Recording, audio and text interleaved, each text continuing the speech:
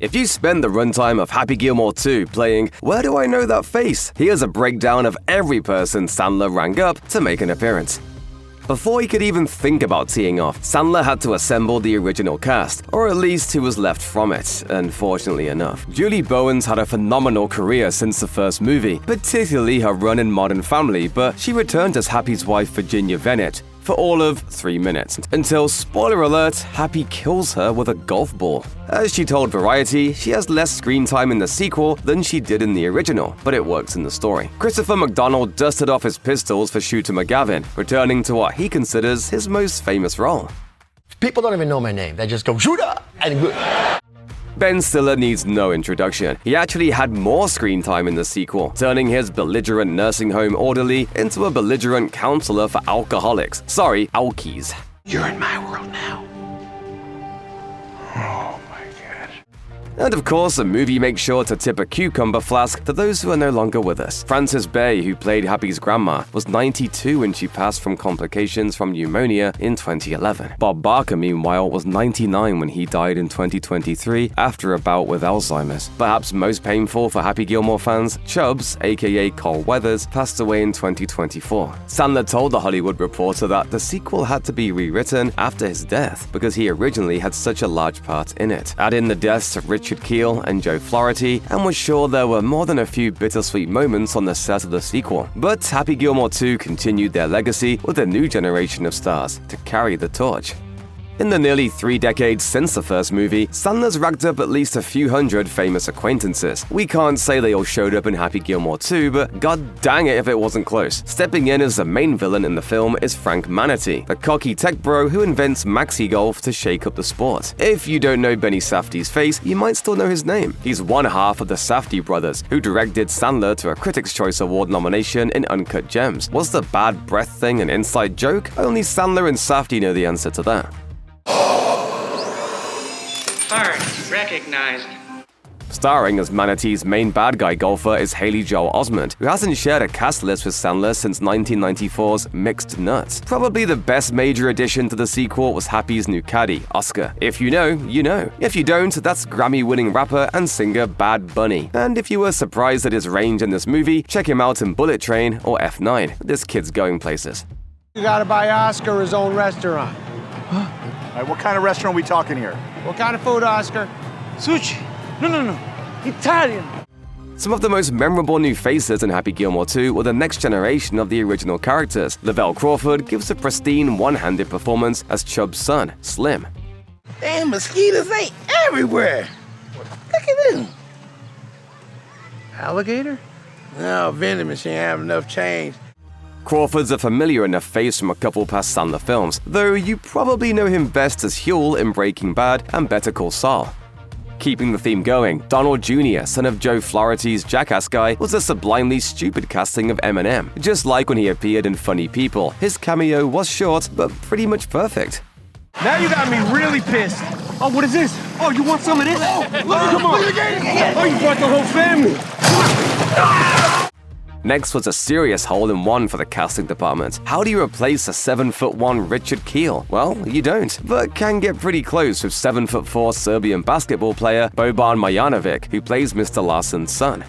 Why didn't you tell me, Jericho? Mommy, don't hit me, Mommy. Mommy, don't hit me. Marjanovic and Sandler weren't total strangers. He also appeared in Sandler's film Hustle in 2022. Joining Happy as two of his annoying golf partners early in the film were Eric Andre and Margaret Qualley, who have been in just about everything lately. Oscar's caddy Esteban was a treat of a performance from SNL's Marcelo Hernandez, while comedian Kim Whitley popped up as Betty in the Alki support group. It's not a Happy Madison production with at least a few regulars showing up, even if some of their jokes are from other movies. You can do it! Rob Schneider, Blake Clark, and Jonathan Loughran had blink and you'll miss them cameos, while Nick Swardson and John Lovitz got a bit of extended screen time. Dan Patrick is better known as a real-life sportscaster, but he has a long history of showing up in Sandler films, usually as some version of himself. He's here once again, this time hosting Sports Hole as Pat Daniels. There's even a cameo from Chris Farley's brother, John, making his 9th appearance in a Sandler movie. I am no longer allowed to purchase magic markers in the state of Connecticut. I am Nate, and I am 1 day sober.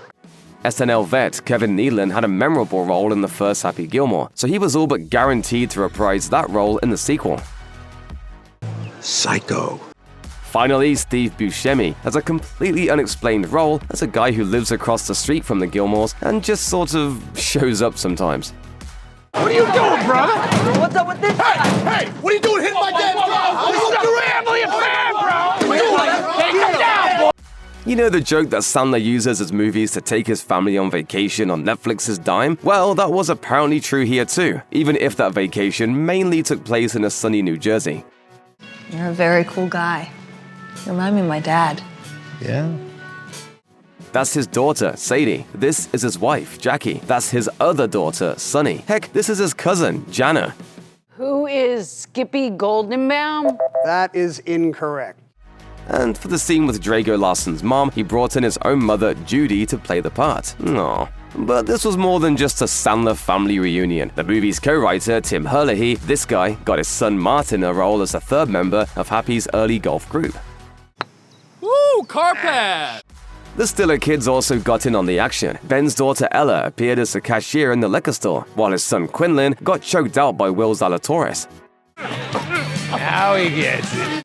The commentator duo of Vern Lundquist and Jack Giaraputo were back in the same roles. If you keep up with real golf, you definitely know Lundquist, but the other guy, Giaraputo, isn't an actor per se. He's a producer who's worked on just about every Sandler movie since Billy Madison, and you know he brought his kids too. That's his son, Duke, and it's hard to say for sure, but that might be his son, Ace. Even Chris McDonald turned it into a family affair with a role for his daughter, Rosie, although she's an established actor in her own right.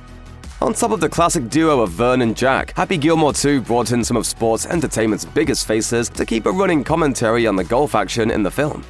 AKA the devil. That's Stephen A. Smith, of course, and audiences also caught glimpses of Chris Vernon and Jim Gray during some of the matches. Oh, and joining the desk for the climactic game was Post Malone, who isn't a professional sportscaster but fit right in, sort of. Woo! That was some gangster. Gangster indeed. Providing reactions and commentary and the occasional bit of exposition for the internet crowd was a who's who of podcasters and influencers. Andrew Santino and Bobby Lee of the Bad Friends podcast got some decent screen time, along with Sean Evans from Hot Ones. Alex Earl hosts a segment with Manatee, and Cameron and Stat Baby, aka Treasure Wilson, also show up. One podcaster, influencer, and golfer who actually had a character more or less was Paige Spiranek, who played the employee at Dick's Sporting Goods. For a movie about a hockey player, Happy Gilmore 2 has a surprising amount of real golfers on screen, both as characters and background actors. Will Zalatoris appears as himself, but with the added layer that he was supposedly the blonde caddy from Happy Gilmore all grown up. Meanwhile, PGA Tour champion John Daly lives in the Gilmore's garage. Let Uncle John take care of that. This is hand sanitizer. Gotcha. And the four main players who join Happy in the match against Maxie are some of the biggest golfers of the day: Rory McIlroy, Scottie Scheffler, Brooks Koepka, and Bryson DeChambeau. You guys get these clothes from the Lost and Found at Comic-Con? Did you get these melons from your mom? Hey, don't twist my boy's titties. Those are my titties. It also brings some stone-cold legends into the fold. Names like Jack Nicklaus, Fred Couples, Lee Trevino, and so many more. Most of them get at least a line or two, but there are always more sitting in the background. The entire movie boils down to an Easter egg hunt for fans of pro golf. If you leave now, you ain't ever coming back, you big pork chop. And although you never see his face, Mr. Consistent himself, Hunter Mahan, stepped in as a swing double for Sandler for some of the wide shots. So if you were wondering how the 58-year-old Sandler still had the perfect Happy Gilmore swing, well, that's part of it. Happy Gilmore 2 cast its casting net way wider than just the world of golf. NFL stars, pro wrestlers, hockey players. For starters, you definitely saw Travis Kelce, Kansas City Chiefs tight end, and honey-covered bear snack. But he was just the tip of the iceberg. Happy brought some hockey players into the film too, casting NHL star Chris Chelios and Sean Avery in the two henchmen in the shoe-up-the-butt flashback scene. That's them flanking Frank Coarci, who directed 5 of Sandler's previous movies. On the Maxi golf team, 8-Ball was played by NFL running back Reggie Bush, Flex by WWE wrestler Becky Lynch, and Screech by MMA champ Fernando Marrero. The team's fourth, Harley, wasn't played by an athlete, although actor Oliver Hudson has worked with Sandler before, and Gilmore's particularly big son Gordy was played by wrestler Maxwell Friedman. Rounding out the sports stars, you can catch LA Sparks guard Kelsey Plum as one of the starters at the Municipal Golf Course, alongside music producer Andrew Wall. Who was that? Grizzly Adams? I don't know who that is. And in a sweet tribute to Cameron Boyce, who starred with Sandler in Grown Ups and Grown Ups 2, they're watching a clip of the late actor on the TV in the booth. Rounding out the massive list of cameos in Happy Gilmore 2, Guy Fieri made a surprise appearance as announcer for the Maxi game. On Instagram, Fieri thanked Sandler for bringing him on, then joked that Sandler let him bring his own wardrobe for the part. Or was it a joke? Ladies and gentlemen, let's play some Maxi Golf! The end of the movie also brought in Kid Cudi, and in one last family casting, Sarah Sarandos, the Netflix CEO's daughter, as FBI agents. Talk about friends in high places. The last one of Sandler's buddies we want to mention wasn't a celebrity or a podcaster or a famous athlete. In the opening montage, you can catch a glimpse of Kyle McDonough. Don't recognize the name? According to an interview Sandler gave to The Athletic, McDonough is the real deal, a former hockey player who used his ring skills to power a massive long drive on the green. And then Kyle came and was a great hockey player, and he never played golf before, but he was smashing the ball further than everybody. As one of Sandler's childhood friends, he was the original inspiration for the character Happy Gilmore.